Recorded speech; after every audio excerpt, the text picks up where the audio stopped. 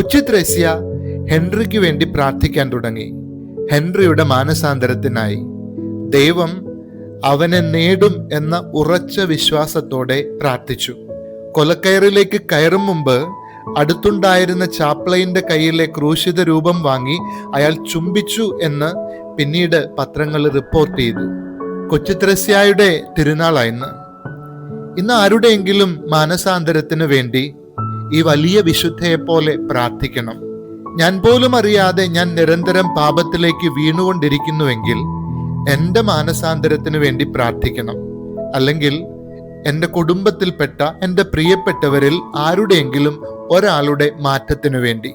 അങ്ങനെ പ്രാർത്ഥിക്കുമ്പോൾ ഉറച്ച വിശ്വാസം വേണം. ദൈവം അയാളെ മാനസാന്തരപ്പെടുത്തും. ദൈവം അയാളെ നേടും. കൊച്ചു ത്രേസ്യയുടെ സ്പിരിച്വാലിറ്റിയുടെ ചുരുക്കം തന്നെ അതായിരുന്നു. എൻ്റെ അപ്പൻ എന്നെ കാത്തുകൊള്ളും.